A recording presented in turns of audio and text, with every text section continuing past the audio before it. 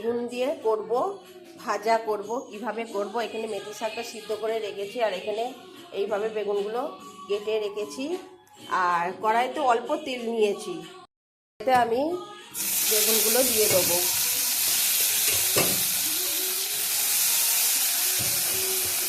নেড়ে ছেড়ে আমি এটা চাপা দিয়ে রেখে দেবো। চাপা দিয়ে মোটামুটি 5-6 মিনিট মতো কমিয়ে দিয়ে রেখে দেবো। পরে আমি খুলে দেখব বেগুনগুলো নরম হয়ে গেছে, কিন্তু এগুলো একটু আমি লাল লাল করবো, একটু জোর দেবো, হালকা একটু জোর দিয়ে একটু বেগুনগুলো আমি লাল লাল করবো। বেগুনটা ভাজা হয়ে যেতে আমি বেগুনগুলো ঢেলে রাখবো।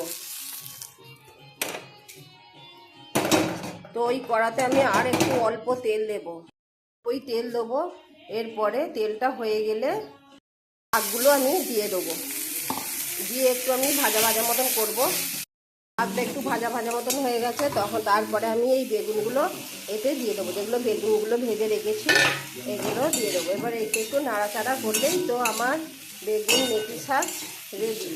তো বন্ধুরা, তোমরাও এইভাবে করে দেখতে পারো, আর দেখে আমাকে কিন্তু অবশ্যই বলো কেমন হয়েছে।